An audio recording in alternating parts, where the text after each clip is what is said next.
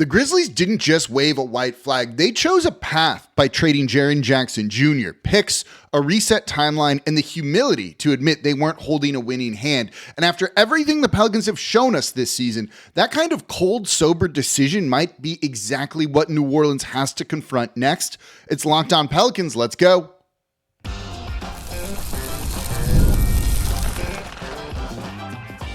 You are Locked On Pelicans, your daily New Orleans Pelicans podcast, part of the Locked On Podcast Network, your team every day. Welcome to another edition of Locked On Pelicans, the daily podcast covering your favorite team, the New Orleans Pelicans and NBA, part of the Locked On Podcast Network, your team every day. Now the #1 sports podcast network, available wherever you get your podcasts and available on YouTube. I'm your host, Pelicans Insider, credential member of the media, Jake Madison, at NOLA Jake on Twitter. Here with y'all on this Wednesday. We got about 48 hours to go before we hit the NBA's trade deadline, and things are starting to pick up. And the Memphis Grizzlies just truthfully, I think, ratcheted the pressure up on New Orleans with their trade of Jaren Jackson Jr. and maybe also showed you the blueprint New Orleans needs to follow. We're going to break down why they made that Jaren Jackson Jr. trade, how it relates to the Pelicans. They are going into a full-on rebuild here, and I think that's important to look at. And yeah, that means maybe the Pelicans need to consider trading Trey Murphy, Herb Jones, but also if you were to just get a bunch of draft picks back, what's the value of that exactly? Why picks?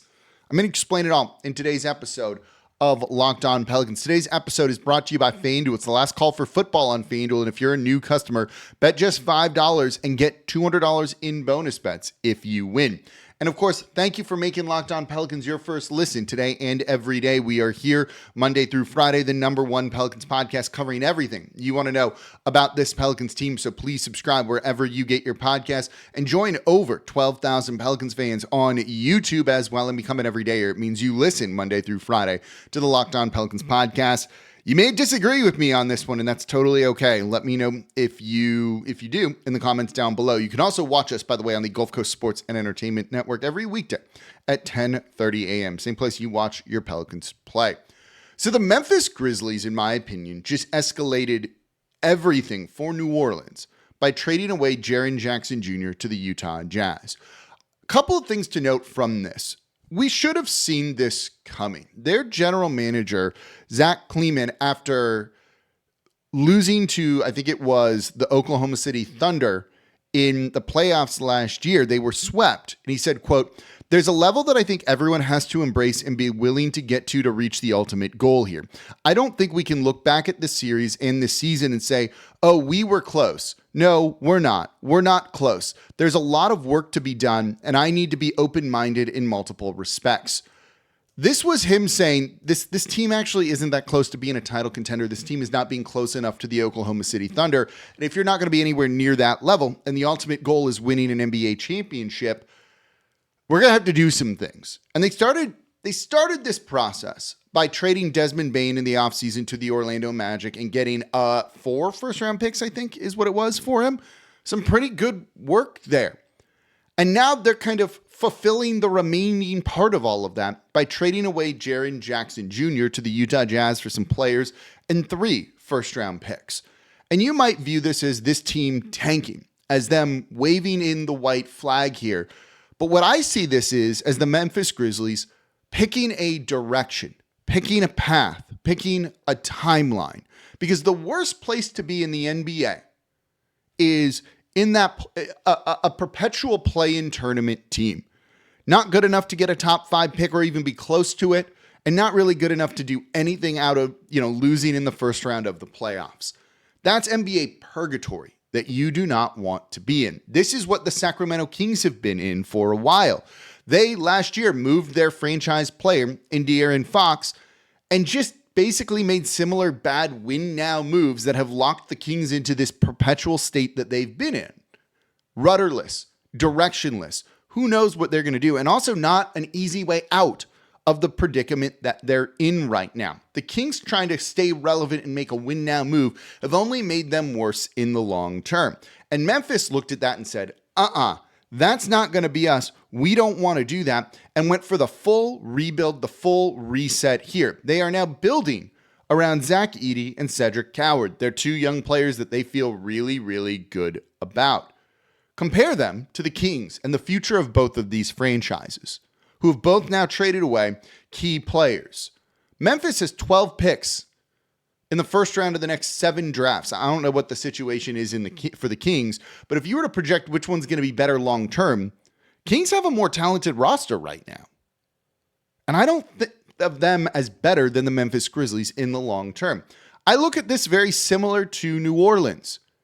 They're worse than the Memphis Grizzlies. The Memphis Grizzlies took a team with Desmond Bane, Jaren Jackson Jr., and John Morant and said, this isn't good enough, and we realize that. At times, Desmond Bane has been like a borderline all-star, near all-NBA guy, in my opinion. And they realized it just wasn't working. It just wasn't good enough and didn't want to just wait. Do you want to be the Sacramento Kings? The answer to that should be absolutely not. But the Pelicans right now are closer to the Sacramento Kings than they are a Memphis Grizzlies team that Memphis, who has a worse roster as of today than New Orleans, probably has a brighter future as of this moment here. Because when you look at how the Pelicans have played, the losses that they've suffered, this is not a team that's close. This was not a team last year that if they were healthy was going to be close. This is not a team next year that if they're healthy is going to be close. They are further away, and they're trying to straddle a 2-timeline path here of the rebuild and the rookies, but also win now. And it just never works, and that's how you end up as the Sacramento Kings. Don't do that. This is a time where the Pelicans need to look at a division opponent and be like, oh, they're doing the smart thing. Look at how stacked the West is now. Utah's still going to tank this year, but they're going to be competitive, very competitive next season with that team. Their rookies are hitting their stride at the right time, or their young guys are hitting their stride at the right time. You're adding Jaren Jackson Jr. alongside Larry Markkinen. They're going to kind of come into their own as a squad next year. They'll still tank this year. That puts another competitive team in the West. Memphis, and it's not like one is, there's a literal trade coming out as I'm recording right now. That's James Harden to the Cavaliers. Okay, that's nothing we need to worry about right now. So literally as I'm recording it, you can guess the time. It's 7:13 Central here. New Orleans does not want to be the Sacramento Kings, and right now they're too close to that for my liking. Look, this requires buy-in from ownership. The Memphis Grizzlies are sacrificing short-term profits for hopefully long-term profits and long-term competitiveness. Is that what this ownership group, is going to do? And I think, the answer to that we know is no. And that's one of the parts of the problem here, that this is ownership perpetually just not letting this team succeed by not letting them potentially go through a rebuild here. But Memphis Grizzlies, in my opinion, are doing the smart thing. It doesn't bring me any joy to say, tear it down. And what we're going to look at in the next segment, which is trading Trey Murphy, trading Herb Jones. But we'll at least play devil's advocate and look at that here. I don't want to cover a bad team. This isn't fun. I have to come up with 5 shows a week, sometimes more than that. That's 15 segments every week. It's not easy when the team is bad and there's no point in talking about the games truthfully. But what's best for New Orleans long term is picking a path, just like the Memphis Grizzlies did. Coming up next, that probably means they need to really consider trading Trey Murphy and Herb Jones. And that's rough and that hurts to say, but I'll explain why it's important. That's coming up here next in today's episode of Locked On Pelicans. Today's episode of Locked On Pelicans is brought to you by FanDuel. It's the last call for football on FanDuel. One final Sunday, one last kickoff, the final chance to get in on the action before the NFL season officially comes to a close. This is Super Bowl 60, and FanDuel is making sure you're right in the middle of it with a special offer just in time for the biggest game of the year. So whether you're backing the favorite, the Seahawks, or riding with the underdog Patriots, or building one last same-game parlay, this is the game that everyone's been waiting for. This is where predictions turn into plays, stats turn into storylines, and every snap feels bigger. It's the perfect way to cap off the season and make the Super Bowl even more exciting from kickoff to the final whistle. So if you're a new customer, bet just $5 and you're going to get $200 in bonus bets if you win. Make it count, because after the Super Bowl, football is over. It's last call for football on FanDuel, an official sportsbook partner of Super Bowl 60. Visit FanDuel.com to get started. And thank you for making Locked On Pelicans your first listen today and every day. We are here Monday through Friday, the #1 Pelicans podcast, part of the Locked On Podcast Network, your team every day. Now, the #1 sports podcast network. A lot of #1s right there. The trade deadline. You want to go freak out about literally the James Harden trade that I just saw here, about the deals that are already going down? Well, we're going to give you a free month of our new Everydayer Club to go have fun with that. If you need a group chat to keep up with the chaos, join ours. The Everydayer Club gets you access to a group chat on Discord just for Pelicans fans, plus national chats where you can hang out with fans from across the league. You're also going to get ad-free versions of this show, and if you sign up by the trade deadline on February 5th, you can use code DEADLINE to get your first month free. Give it a try. Get a first month free. Deadline by February 5th. You got 2 more days for this. Tap the link in the show notes to learn more. So that's going to be a busy night, isn't it? We've seen the trades start to roll through here. So 2 guys that have been said they're not going to be traded, but I think the Pelicans need to consider it. Seeing what you can get for Jaren Jackson Jr., all of the picks, it's kind of tempting. And we'll get into the picks. Those are in the 20s. Are they good or are they not? I'll explain why they're still important, even if they're not particularly great picks. But the Pelicans need to consider seeing those offers, doing something here. Basically, be bad for a couple years. It'd be great if you had your first round pick here. But look, let's call it Derek Queen. You got him a year early. You have Jeremiah Fears, and kind of build more around them. And this means moving Trey Murphy, moving Herb Jones, trading Trey Murphy. Let me be clear about this. Trading Herb Jones. I'm not saying they should do this, but I think it's something that they need to consider more of. The reason I say it is this. There is an importance, particularly for a small market, in knowing when to sell. Compare Desmond Bane and Jaren Jackson Jr. to the Trae Young trade. 7 first-round picks combined between Desmond Bane and Jaren Jackson Jr. Trae Young didn't get 1 first-round pick. He got basically expiring salary. John Morant doesn't look like he's going to bring any draft capital back to the Memphis Grizzlies for a deal. I think one of the reasons why they did this Jaren Jackson Jr. trade was the offer was so big on the table. Now you can kind of dump John Morant, whether that's, in my opinion, hopefully not to the Pelicans, but potentially another team. You can just trade him and you don't care as much because, cool, we kind of did our work in the Jaren Jackson. I'm still thrown off by the James Harden trade here. I actually like that. I like that for both teams. The Clippers need someone younger and on a long-term contract. All that cap space isn't going to really matter a ton for them. I think big name players don't move in free agency like that. So I don't know, you still have a ton of cap space, and Garland, who, if he gets over his injury history, that's pretty good. I don't know. And then the Cavs kind of get a win now move. I think that's all pretty smart actually here. Win-win trade, in my opinion, I think.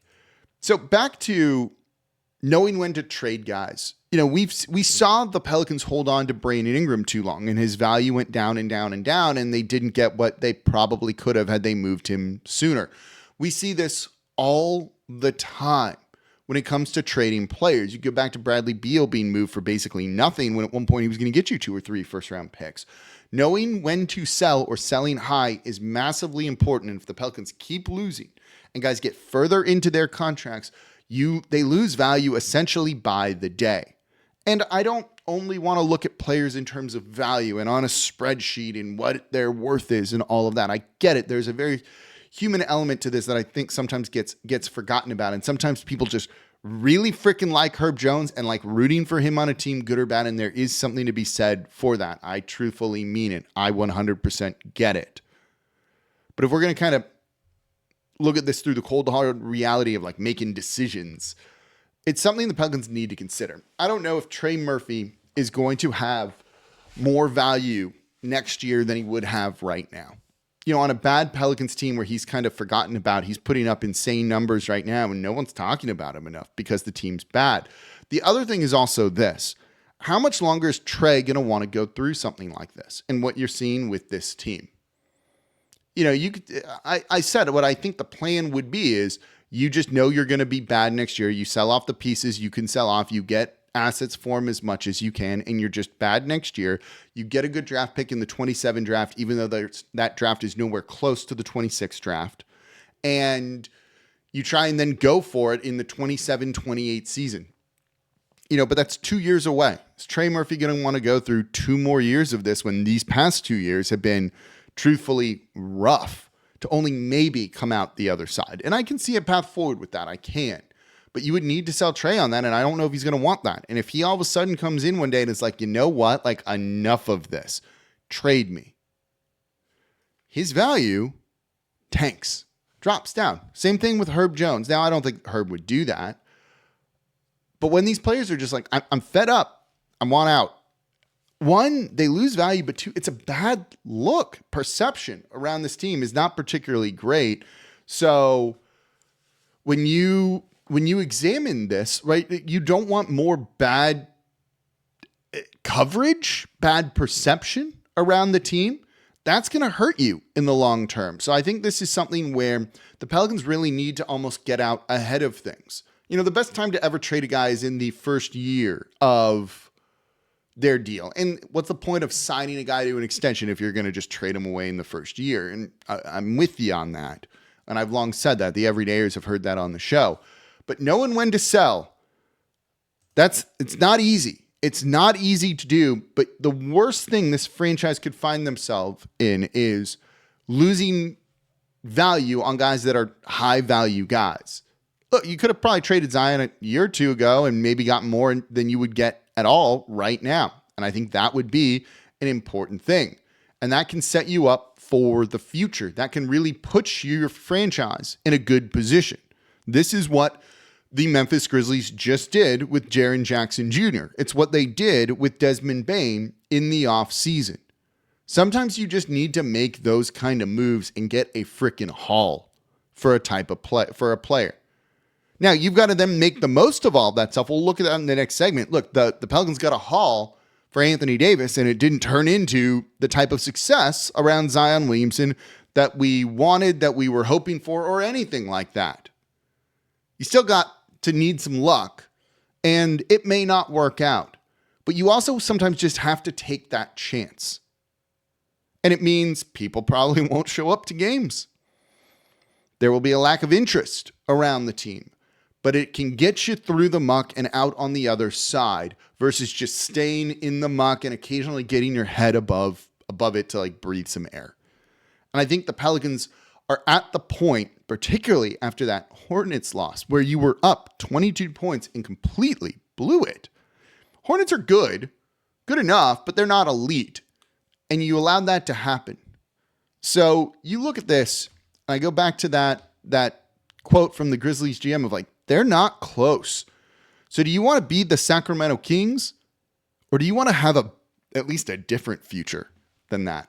That's kind of the way that I view a lot of this. I need to keep checking my phone just in case something happens as I'm recording here.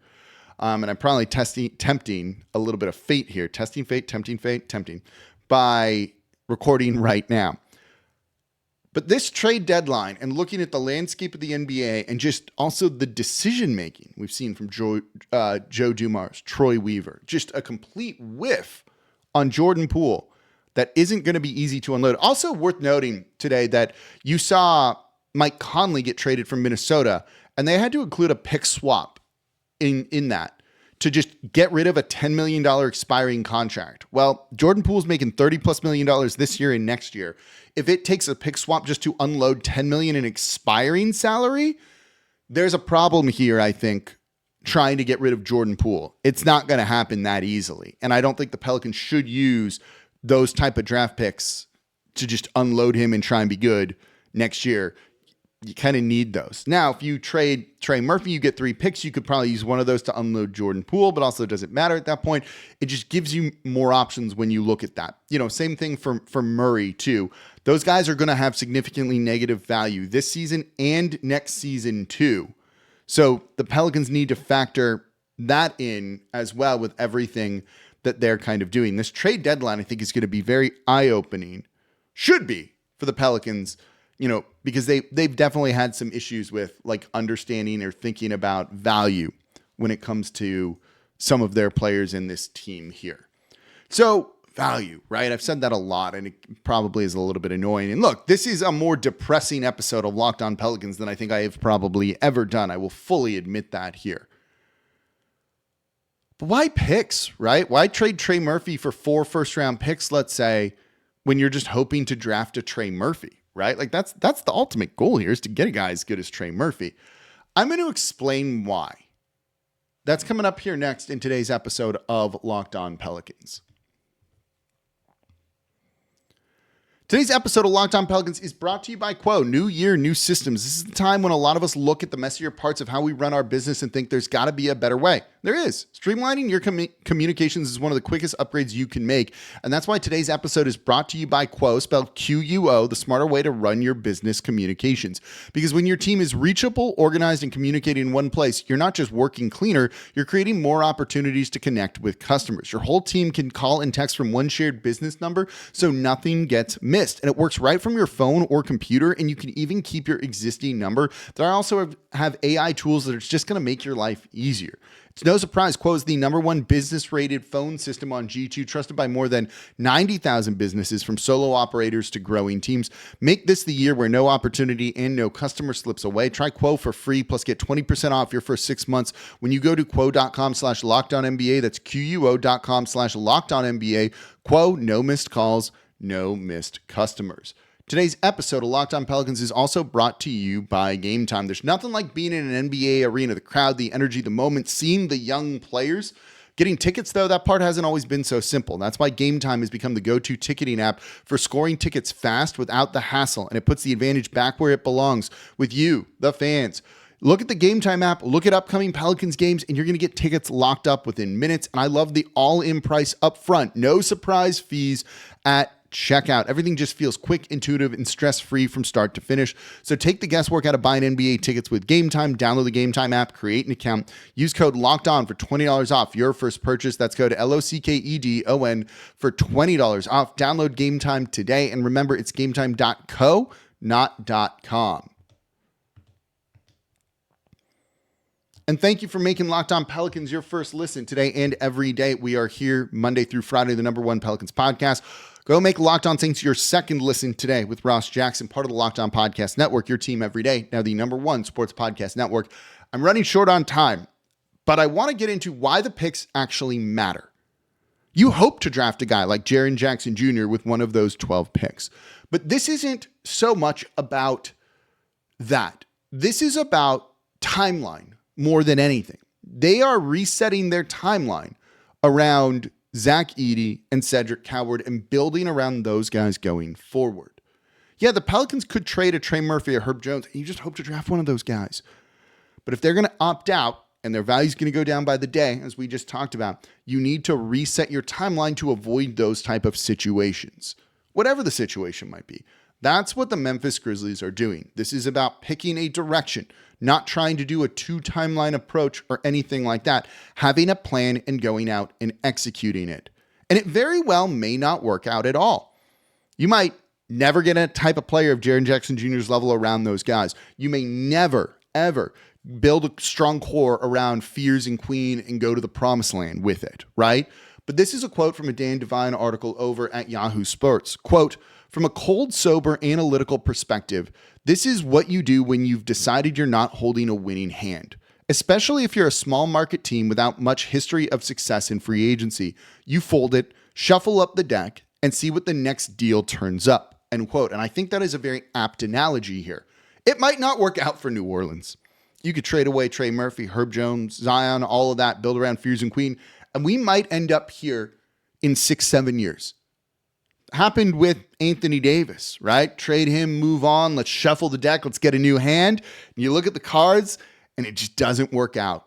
You might, I'm in this with y'all, might keep going through this, right?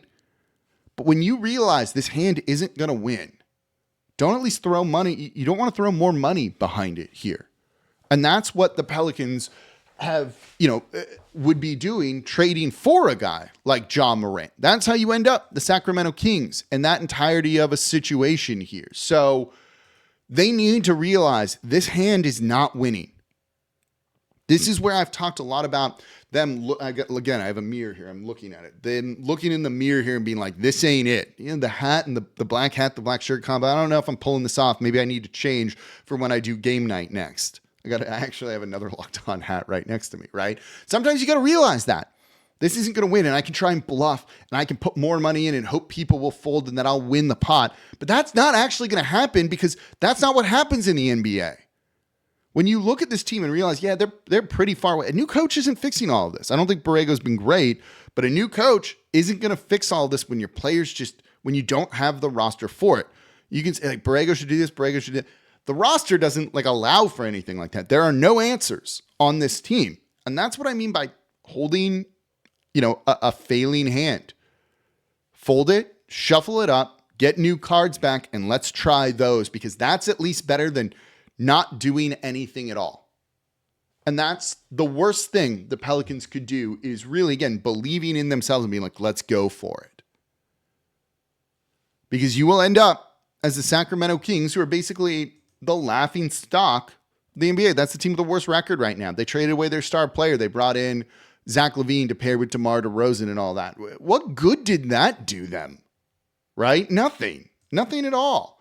So what was the point of all that? We all could have seen that, right? Like, this is not a huge surprise that it didn't work with some of these players there. So when you see that, don't be the Sacramento Kings. Be more like the Memphis Grizzlies, even if it sucks and will absolutely suck in the short term. All right. Trade deadlines tomorrow. Let's see what the Pelicans do. We will have an emergency episode should something happen. As always, I'm your host, Jake Madison, at NOLA Jake on Twitter. This is the Locked On Pelicans podcast, part of the Locked On Podcast Network, your team every day. See y'all tomorrow. Enjoy the game. Forgot about that tonight.